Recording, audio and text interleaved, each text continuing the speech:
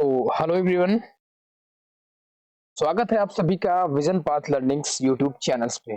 दोस्तों, इसके पहले हमने क्लास की थी, वो हमने की थी प्रागैतिहासिक काल, जिसमें हमने समझा था स्टोन एज के सभी पार्ट्स के बारे में। हमने सभी के प्रागैतिहासिक काल समझ लिया है। आज की क्लास में दोस्तों हम करेंगे आद्य ऐतिहासिक काल।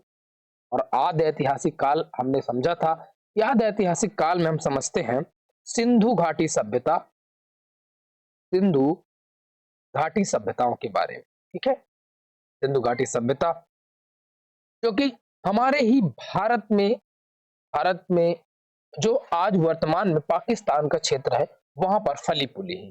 और ये क्लास आप लोगों की एग्जाम पॉइंट ऑफ व्यू से मोस्ट इंपोर्टेंट है। यदि अगर आप एसएससी जीडी, एसएससी, रेलवे की और यूपी में यूपी होम गार्ड और अभी यूपी पुलिस कांस्टेबल्स भी एग्जाम्स होने हैं, और भी अगर आप स्टेट के किसी भी एग्जाम की प्रिपरेशंस करते हैं, तो ये क्लास आप लोगों के लिए दोस्तों मोस्ट इंपोर्टेंट होने वाली। बिना देरी करते हुए चलते क्लास को स्टार्ट करते हैं और आज की क्लास में समझेंगे Indus valley civilisation. So Indus valley civilisation, Sindhu घाटी सभ्यता की अगर बात करें तो दोस्तों यह सभ्यता जो थी विश्व की सबसे प्राचीन नगरीय सभ्यताओं में से एक मानी जाती है। सबसे प्राचीन और सबसे नगरीय सभ्यता थी दोस्तों। और यह सभ्यता लगभग 2500 ईसा पूर्व से 1700 ईसा पूर्व के बीच में विकसित हुई है और इसे कांस्य युगीन सभ्यता भी कहा जाता है। कहीं कहीं जो आपको ये डेट मिलेगी दोस्तों, ये डेट मिलती है एनसीईआरटी के तहत, तो 2600 ईसा पूर्व से 1900 ईसा पूर्व। क्यों दोस्तों, ये एनसीईआरटी का डाटा है और एनसीईआरटी के डाटा कभी कभी ये नई एनसीईआरटी की मैं जो बात कर रहा हूँ, न्यू एनसीईआरटी का ये डाटा है जिसमें 2600 से 1900 कहीं कहीं मिल जाता है। अगर ओल्ड एनसीईआरटी की बात करूँ तो 2350 से 1750 मान लिया जाता है। कितना? 2350 से 1750। ये डेटिंग आगे पीछे होती रहती है कि कई इतिहासकारों की अपनी अपनी मान्यताएं होती है और अपने हिसाब से वो बदलता रहता है। ठीक है, आप अगर एनसीईआरटी जोन में अगर पूछे ओल्ड एनसीईआरटी, तो ये वाला डाटा याद रखिएगा, ये ओल्ड है, ओल्ड। ठीक है, और ये आपका न्यू है, विकसित हुई है और इसे कांस्य युगीन सभ्यता के नाम से जाना जाता है। आपको पता है वर्तमान में सभ्यता नहीं है, तो आइए पहले हम इस सभ्यता के संपूर्ण मैपिंग के बारे में समझते हैं। यहाँ पे एक मैप ड्रॉ कर लेंगे। ठीक है, तो व्हाइट मार्कर ले लेते हैं। तो चलिए, ये देखिए, ये हमारा इंडिया मैप हो गया। ठीक है, ठीक है, ये ये हमारा भारत देश है। भारत के इस वाले क्षेत्र, ये तो हमारा पाकिस्तान वाला क्षेत्र हो गया दोस्तों। ठीक है, ये क्या कहते हैं, पाकिस्तान। ये इंडिया हो गया। तो इंडिया की पहले हम थोड़ा सा समझेंगे कि जो इसका हमारी जो इंडस वैली सिविलाइजेशन थी, इसके दिशा लगभग सिंधु सभ्यता का विस्तार विस्तार कैसा था। अगर दोस्तों सिंधु सभ्यता के विस्तार के क्षेत्रफल की मैं बात करूं, एरिया की मैं बात करूं, तो एरिया लगभग इसका दोस्तों कितना था? 13 लाख वर्ग किलोमीटर। कितना? 13 लाख वर्ग किलोमीटर। 13 लाख वर्ग किलोमीटर के दायरे पर ये पूरा क्षेत्र आता है। अब समझते हैं कि यहाँ पर इसके क्षेत्रों के बारे में आपको पहले इसको पढ़ने के लिए डायरेक्शंस पता होने चाहिए। देखिए, ये आपका हमारा नॉर्थ होता है, ये साउथ होता है, और ये ईस्ट होता है, और ये होता है वेस्ट। आपको आशा करता हूं कि दिशाओं के बारे में पता होगा। नहीं पता तो ये उत्तर उत्तर दिशा होती है, इसे कहते हैं उत्तर। ये होती है दोस्तों दक्षिण, और ये होती है पूर्व, और ये होती है पश्चिम दिशा। ठीक है, तो ये हमारी दिशाएं होती हैं। अगर मैं बात करूं दोस्तों, जो सिंधु घाटी सभ्यता थी, सिंधु घाटी सभ्यता की विस्तार के बारे में, ठीक है, कि कहां से कितना विस्तार था, तो पहले उत्तर की बात करते हैं। तो उत्तर दिशा में जम्मू कश्मीर पड़ता है। ये जम्मू कश्मीर में मांडा, तो उत्तर दिशा में आप डालेंगे मांडा। मांडा उत्तर दिशा में मांडा, जो कि चिनाब नदी के किनारे था। चिनाब, आप पहले बता दो, तो यहां से एक मतलब चीन के तिब्बत से एक सिंधु, जो सिंधु नदी है, यहाँ से निकलती है और भारत से होते हुए ये पाकिस्तान के खेत पे जाकर के यहाँ पे फिर क्या होती है, कच्छ के रण में गिर जाती है। और आपका ये आप जानते हैं कि ये, सॉरी, ये अरब सागर है, ठीक है? ये क्या है? ये अरब सागर है। अरब सागर में जाकर के गिर जाती है।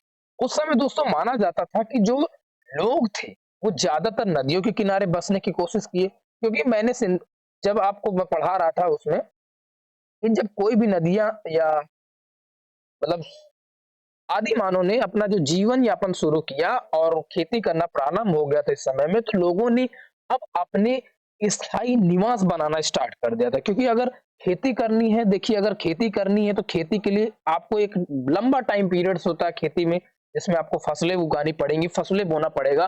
तो इसके लिए आप लोगों को स्थायी निवास भी बनना पड़ेगा, ताकि आप देख रेख कर सके और फसल को सही तरीके से देख रेख करके उगा सके, ठीक है? इसलिए हमको इम्पोर्टेंट था कि फसलों को उगाने के लिए हमको क्या करना पड़ता?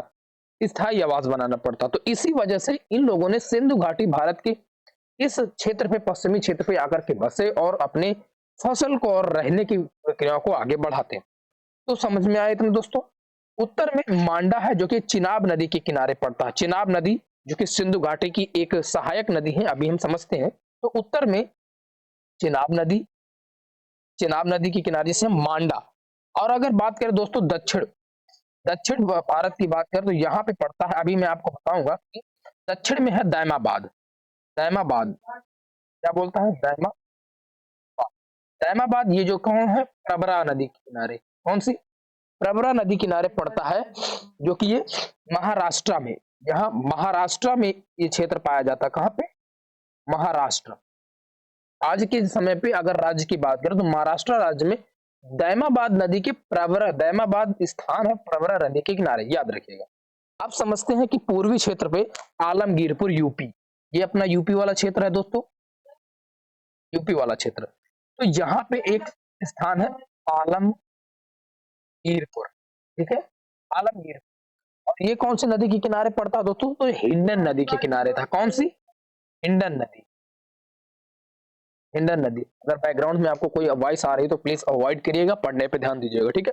हिंडन नदी, हिंडन नदी ये यूपी के आलमगीरपुर में है। तो ये हो गया कौन सा? पूर्वी पूर्वी पूर्वी, ठीक है, पूर्वी दिशा। अब बात करूं अगर इसके पश्चिमी दिशा में, तो पश्चिमी दिशा में आता है बलूचिस्तान में कांगेडोर। बलूचिस्तान का क्षेत्र ये होता है पश्चिम, मतलब पाकिस्तान वाला, इस वाले एरिया में बलूचिस्तान। बलूचिस्तान में सुत कांगेडोर। कौन सा? देखिएगा आप साथ में, कांगे, सुत कांगेडोर। और ये कौन सी नदी के किनारे है? तो ये दोस्तों सुत कांगेडोर दास्क नदी के किनारे पड़ता है। कौन सी? दास्क नदी, दास्क नदी के किनारे। तो ये रहा आपको दोस्तों इंडस वैली सिविलाइजेशंस की मैपिंग। तो अगर मैप में एक बार हम थोड़ा सा नया पेज ले लेंगे, ठीक है? न्यू स्लाइड लेके नया पेज आ जाते हैं, ठीक है? इसमें और समझते हैं। क्लास आपको अगर समझ में आ रही है तो प्लीज वीडियो को लाइक जरूर कर दीजिए। तो देखिए अब यहाँ पे हमने दिशा समझ ली है। आप लोग मेरे साथ साथ मैप मैप बनाने का प्रयास करेंगे।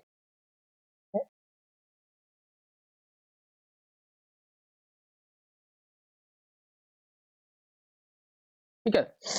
तो ये इंडिया और ये पाकिस्तान क्षेत्र। तो हमने देखो उत्तर में क्या हमने देखा? दैमाबाद, ठीक है? उत्तर में सॉरी मांडा है, यहाँ मांडा हो गया।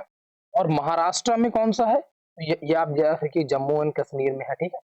जम्मू एंड कश्मीर में क्या? मांडा, जो कि चिनाब नदी किनारे है। दैमाबाद एमपी और मध्य प्रदेश के क्षेत्र में पड़ता है, एमपी और महाराष्ट्र के क्षेत्र में पड़ता है, ठीक है? प्रवरा नदी के किनारे। और एक यूपी में आलमगीरपुर। और यही पाकिस्तान के इस क्षेत्र पे कौन सा पड़ता है, जिसे हमको सुत कांगेडोर के क्या क्या कहते हैं? सुत कांगेडोर, सुत कांगे। तो अगर देखो इनको मिलाया जाए तो ये चतुष्कोणी बन रहा है, ठीक है? चतुष्कोणी बन रहा है। तो ये टोटल आपका जो हमारा इंडस वैली सिविलाइजेशन थे, तो ये इतने बीच में फैली हुई थी। और आपको पता है कि यहाँ से इंडस वैली रिवर्स निकलती है, तो ये यहाँ से ऐसे रिवर्स निकल जाती है। इतना क्लियर है दोस्तों? आगे बढ़े, ठीक है? तो यही क्षेत्र है, आप अगर असलियत में भारत को देखेंगे तो ये इंडस वैली सिविलाइजेशन का ये वाला भाग, ठीक है? ये वाला जो भाग आपको दिख रहा होगा, ये इंडस वैली सिविलाइजेशन का। तो ये इतना ये आपको दिख रहा होगा, ये वाला। तो ये यहाँ से यहाँ तक ये हमारा पूरा इंडस वैली सिविलाइजेशन फैला हुआ था।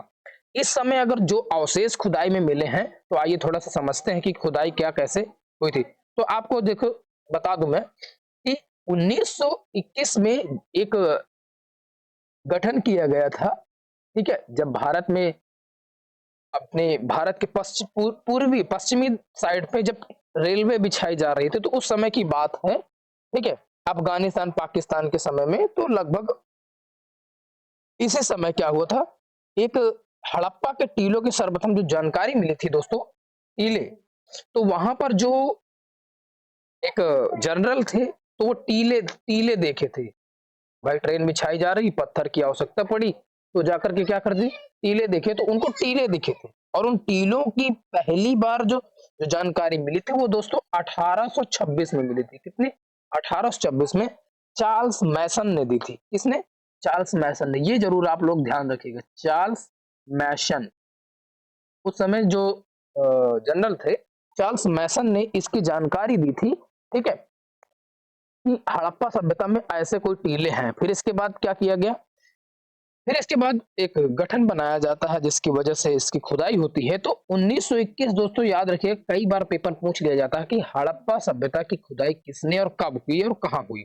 तो हड़प्पा सभ्यता की खुदाई किसने की थी, दयाराम साहनी ने 1921 में, जो कि हड़प्पा सभ्यता कहाँ, पंजाब और पाकिस्तान के क्षेत्र वाला राज्य पड़ता है। कहाँ वाला, ये वाला क्षेत्र, ये जो पंजाब का हमारा ये क्षेत्र पड़ता है, तो यहीं पे है हमारी हड़प्पन सभ्यता, ठीक है। और एक याद रखिएगा 1922 में आरडीजी बनर्जी है, ठीक है, आरडी बनर्जी ने मोहनजोदाड़ो और सिंधु घाटी सभ्यता और ये पाकिस्तान के किनारे, ठीक है। इसमें मोहनजोदाड़ो क्या है, एक तरीके का कहा जाता है मृतकों का टीला है। मृतकों का टीला मोहनजोदाड़ो का मतलब होता है एक तरीके का स्नानागार। यहाँ पे मतलब स्नानागार, स्नानागार कह सकते हैं कि एक स्नान करने वाला स्थान था, और उसमें जैसे स्विमिंग पूल आज के टाइम पे कहते हैं, तो ऐसे चौकोर बना हुआ था, ठीक है। अभी उसके बारे में हम समझने वाले हैं, ठीक है। तो अगर यहाँ के कुछ मुख्य स्थलों के बारे में समझे तो हड़प्पा सभ्यता, हड़प्पा जो स्थल था वो कहाँ था, पंजाब के पाकिस्तान के क्षेत्र पे। और पंजाब के पाकिस्तान क्षेत्र पे आप लोग जैसे ये बना हुआ है, आप लोग अपने बना लेंगे और इसे अपने जहाँ पढ़ते हैं स्टडी टेबल के सामने इसे लगा लीजिए, ठीक है। और आप एग्जाम्स के लिए प्रिपरेशन करते हो डेली, बस आप इसको देखिए, ये लर्न हो जाएगा, ठीक है। मैंने ऐसे ही लर्न किया था, तो मैंने सोचा ऐसे आप लोगों को बना करके एक दे दिया जाए, तो स्क्रीनशॉट ले लीजिए, ठीक है। हड़प्पा हड़प्पा हड़प्पा जो स्थल है वो पंजाब पाकिस्तान के क्षेत्र वाला स्थल है, इस वाले क्षेत्र पे, ठीक है, इस वाले क्षेत्र पे, इस वाले क्षेत्र पे, ठीक है। तो ये इसे कहा क्या, यहाँ पे जो खोज मतलब जो खुदाई हुई, तो यहाँ पे अनाजशाला, अनाजशाला एक तरीके कह सकते हैं कि जहां पर गोदाम, तो गोदाम और चावल के अवशेष भी हमको यहाँ से कहाँ से मिले थे, हड़प्पा सभ्यता। मोहनजोदाड़ो, मोहनजोदाड़ो जो है वो सिंधु सिंधु पाकिस्तान के किनारे, ये सिंधु नदी किनारे है पंजाब के, सिंधु नदी। यहाँ पे स्नानागार, एक ग्रेट मातृ देवी की मूर्ति मिली है। अभी देखो हम यहाँ पे मैं लेके आया हूँ मूर्ति बताता हूँ। ये इस तरह की ये ग्रेट मूर्ति मिली हुई थी, ठीक है, ठीक है ना, ये मूर्ति मिली थी। धोलावीरा, धोलावीरा दोस्तों गुजरात का क्षेत्र होता है। गुजरात के क्षेत्र पे जैसे ये जो क्षेत्र है ना, ये गुजरात है हमारा, ठीक है, क्या है, गुजरात। तो धोलावीरा इसी क्षेत्र में पाया गया था, ठीक है। और यहां से क्या मिले हैं, जल प्रबंधन की सुव्यवस्था और 3 भागों वाला नगर। देखो इंडस वैली सिविलाइजेशन से अगर मैं बात करूं तो इंडस वैली सिविलाइजेशन में क्या था दोस्तों, ये समझिए, इंडस वैली सिविलाइजेशन की जो पहले नगर निगम सुरक्षा की मैं बात करता हूं कि दोस्तों कि यहाँ पे नगरों का कैसा बिछाव था, मतलब कैसे इन लोगों ने अपने नगरों को बनाया था, या नगरों को कैसे बसाने का इनका जुगाड़ था। देखो करते क्या थे ये लोग, कि जैसे मान लो ये क्या है, ठीक है, ये ये घर है, ये मान लीजिए घर है, तो जैसे ये यहाँ से बीच से सड़क हो गई, ये सड़क हो गई, और जब खुदाई की गई तो ये मान लीजिए घर है, ये घर है, ये घर है, ये घर है।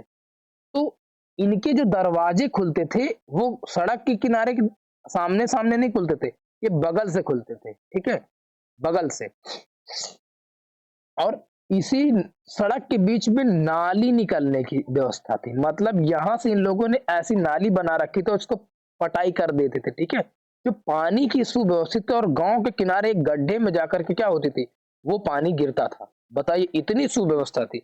और जो बिल्डिंगें यहाँ की बनी थी, वो दो दुर्गों में बटा हुआ था। सिंधु घाटी सभ्यता दो दुर्गों में बटा हुआ था, ठीक है। दो दुर्गों में क्यों बटा हुआ था, ये भी बताता हूं। थोड़ा सा इसको इरेज कर देते हैं। दो दुर्गों में बटा हुआ था। दुर्ग क्या होते हैं, मतलब एक तरीके का, जैसे मान लीजिए ये हो गया, तो ये इसे कहा गया उच्च दुर्ग, उच्च दुर्ग। और ये वाला जो क्षेत्र था, वो निम्न दुर्ग था, ठीक है। निम्न दुर्ग मतलब निचले क्षेत्र पर ये दुर्ग था इसमें, ठीक है। तो निचली क्षेत्र पे ये दुर्ग होता था। तो उच्च वर्ग के लोग कहाँ रहते थे, पंडित और पुरोहित लोग कहाँ रहते थे, उच्च वर्ग में। और जो निम्न वर्ग के जो व्यापारी रहते थे, और भी किसान विसान रहते थे, वो निम्न निम्न दुर्ग में रहते थे। इतना क्लियर है दोस्तों, ठीक है। अब समझते हैं लोथल। लोथल जो है, ये भी गुजरात में है, गुजरात के लोथल, यहाँ पे गुजरात में है लोथल, ठीक है। यहां से क्या प्राप्त हुए हैं, यहां से गोदी बंदर और चावल। यहीं पर एक बंदरगाह है, गोदी बंदर वही को कहा गया है। यहाँ पे एक बंदरगाह है, गोदी बंदरगाह, ठीक है।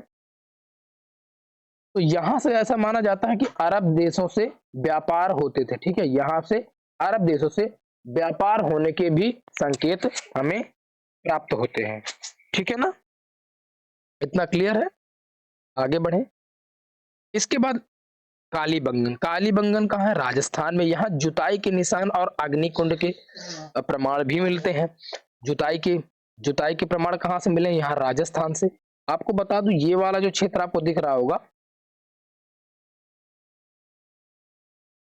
ठीक है, ये वाला जो क्षेत्र आपको दिख रहा होगा, ये वाला रेड पेन ले लेते हैं, ये वाला क्षेत्र, ये ये वाला जो क्षेत्र आपको दिखाई दे रहा हो, ये गुजरात राजस्थान वाला है, ये वाला क्षेत्र। तो यहीं पे क्या मिले थे, जुताई के साक्ष्य प्राप्त हुए। राखीगढ़ी हरियाणा में पड़ता है। यहाँ सबसे बड़ा स्थल प्राप्त हुआ, किस चीज का स्थल प्राप्त होता है राखीगढ़ी में। ऐसा माना जाता है कि बहुत सारे वो तांबे के औजार हथियार मिले बनावली से। बनावली भी कहाँ है, हरियाणा में। यहाँ किलेबंदी कृषि के प्रमाण मिले। किलेबंदी कृषि के प्रमाण कैसे मिले, इसको मैं जरा बताता हूँ। देखो लोग करते क्या थे, ले ले किलेबंदी कृषि कैसे है, जैसे कि आजकल में भी क्या करते हैं लोग, अपने खेतों के किनारे क्या कर देंगे, ये मान लीजिए खेत है इनका, ठीक है, ये खेत हो गया।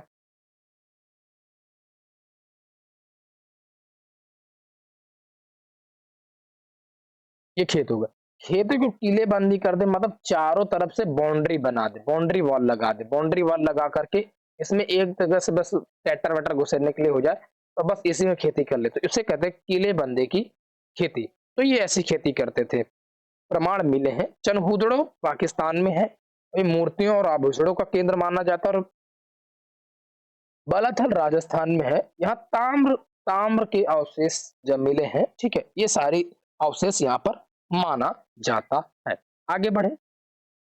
अब अगर यहाँ के शहरों की विशेषता, तो मैंने पहले ही बता दिया था कि शहर जो थे यहाँ पे विन्यासपूर्ण और नियोजित थे, एकदम सु सुयोजित नियोजित ढंग से बनाए गए थे। ग्रिड पैटर्न में सड़कों का जाल था, जैसे आप यहाँ देख सकते हैं ग्रिड पैटर्न। ये देखो, ये सड़क है, ग्रिड ग्रिड पैटर्न, और बीच में क्या है, नाली है, ठीक है। घरों की ईंटें, घर जो यहाँ बनते थे वो ईंटों से बने हुए थे। ये जो आपको ईंटें दिख रही होंगी, ये वाली ईंटें, तो जो घर बने थे ये ईंटों से बनाए गए थे। बताइए उस समय पे यार लोग क्या दिमाग लगाए थे, इतना विकसित हो चुका था। ये भी एक सड़क ही आपको दिख रही होगी, ये वाली सड़क। और नाली व्यवस्था विश्व में सर्वश्रेष्ठ है यहाँ की नाली व्यवस्था। मैंने बताया ना तो दोस्तों कि घर बने थे, ये घर हो गए, और सड़क के बीच से नाली व्यवस्था थी, आगे जाकर के कुआं था, नाली व्यवस्था थी। और घरों में कुआं और स्नान गृह बंद नालियां थी। ये देखो, ये क्या है, ये आपको दिख रही होगी, कुआं है और बंद एकदम नालियां होती, ठीक है। ये सारी व्यवस्थाएं भी इस शहरों की विशेषता है। अगर पूछ लिया जाए इंडस वैली सिविलाइजेशन की क्या क्या विशेषता है, तो आप बता सकते हैं कि पहली बात तो शहर विन्यासपूर्ण नियोजित था, ग्रिड पैटर्न में सड़कों का जाल था, घर पक्की ईंटों से बने थे, नाली व्यवस्था जो थी वो ड्राइंग सिस्टम यहाँ का सर्वश्रेष्ठ था, बहुत सर्वश्रेष्ठ था। घरों में कुआं, स्नान गृह और बंद नालियां थी, ऐसी व्यवस्थाएं थी। ठीक है, आगे बढ़े। अगर दोस्तों यहाँ की धर्म की बात की जाए, यहाँ के लोग किस धर्म को पूजते थे या किस धर्म को मानते थे, तो मान्यताएं जो लोगों की थी, ठीक है, वो अपनी अपनी धर्म की मान्यताएं थी।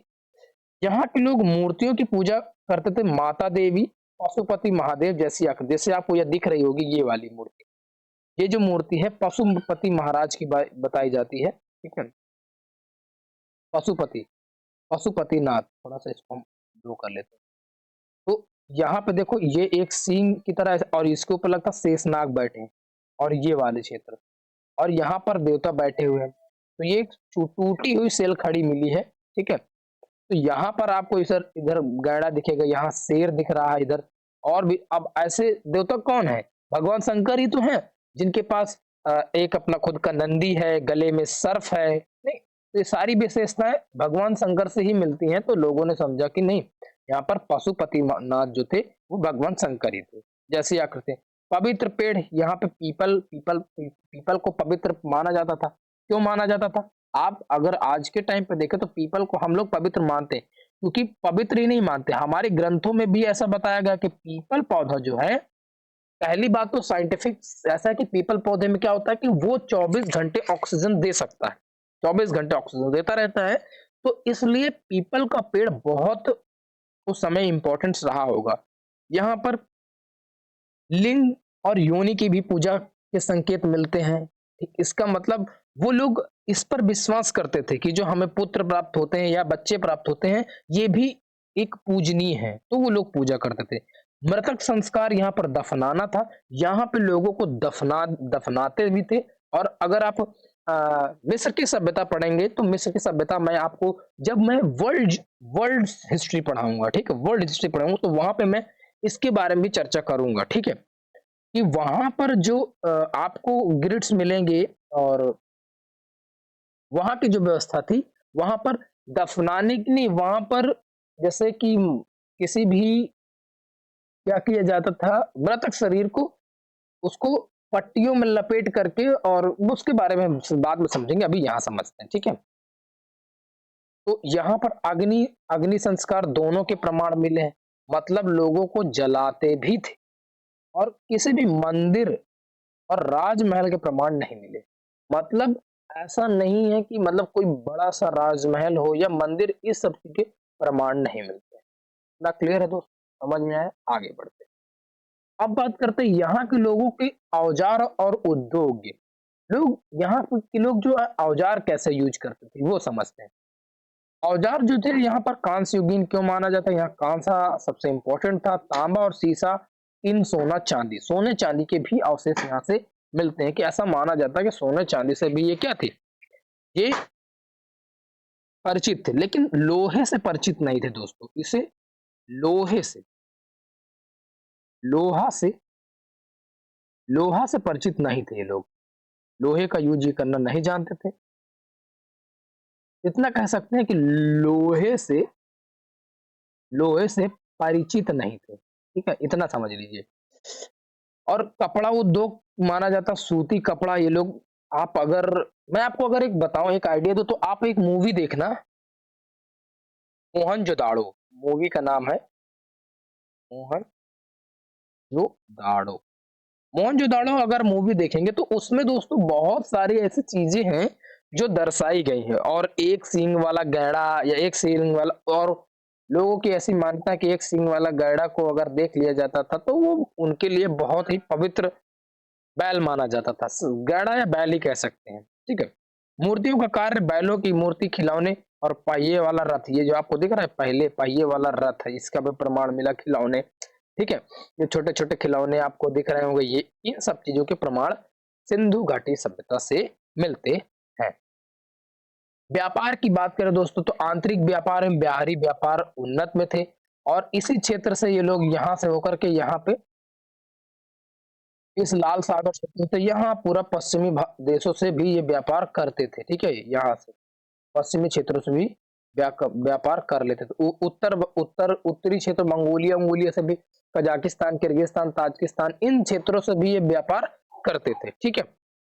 व्यापार के प्रमाण जो है मंगोलिया और मेसोपोटामिया, इराक, इराक यहाँ पे है, इधर इराक क्षेत्र, इराक मैं बताता हूँ आपको इराक कहाँ है।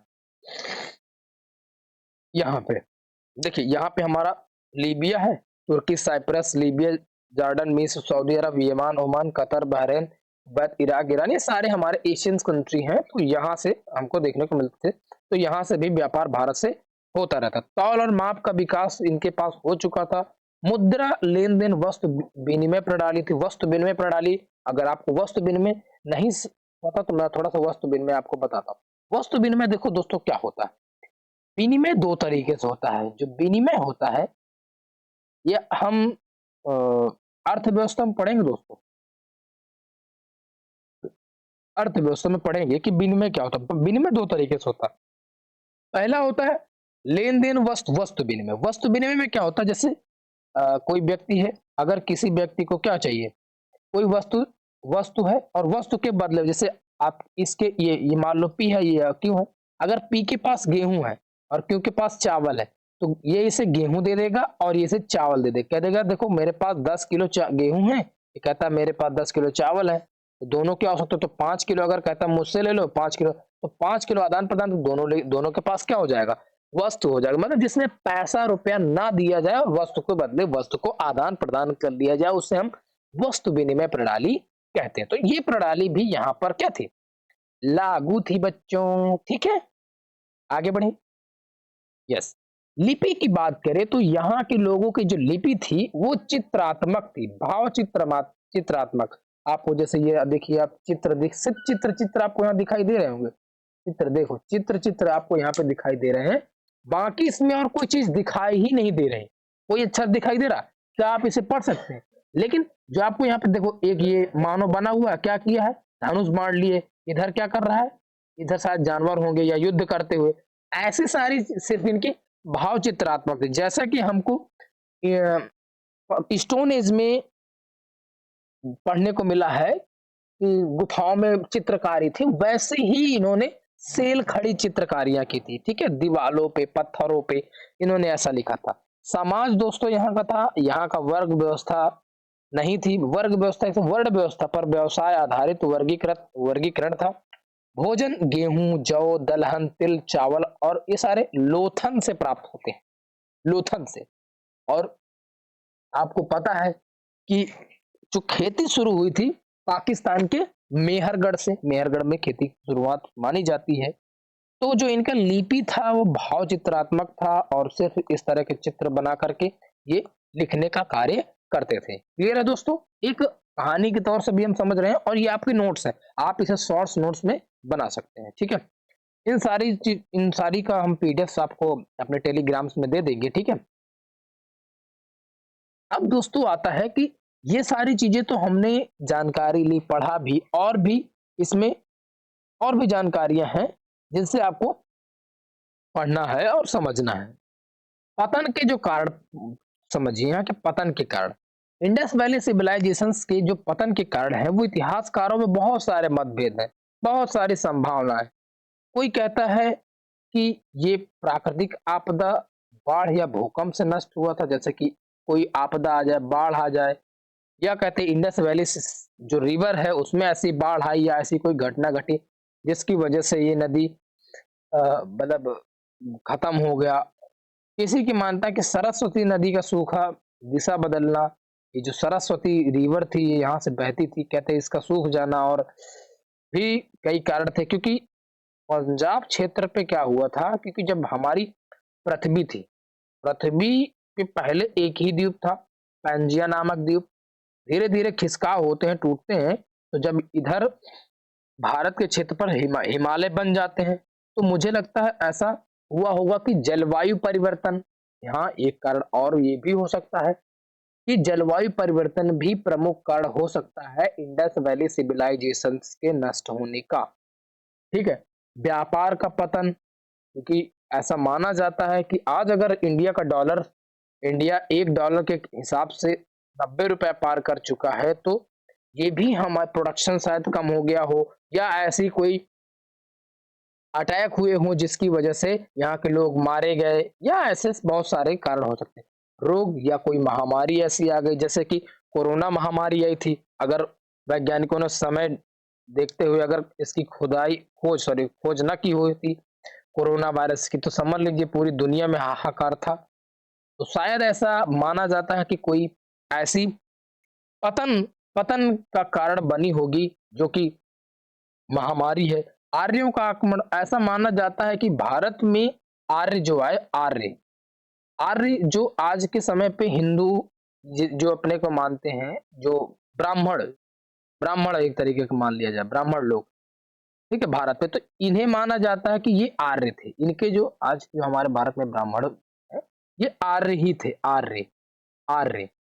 और ये मिडिल ईस्ट से माना जाता है कि मिडिल ईस्ट एशिया से आए थे, तो इनके आक्रमण से शायद ऐसे विवादित घटनाएं घटी हो गई हों कि जिसकी वजह से मतलब आर्य लोग जो है यहाँ मिडिल ईस्ट, मध्य एशिया, मंगोलिया से यहाँ से भारत की तरफ आना शुरू हुए, क्योंकि उनको पता चला होगा कि यहाँ पे लोग बहुत सुव्यवस्थित ढंग से रहने वाले हैं, तो शायद अटैक किया हो और यहाँ पे खत्म कर दिया।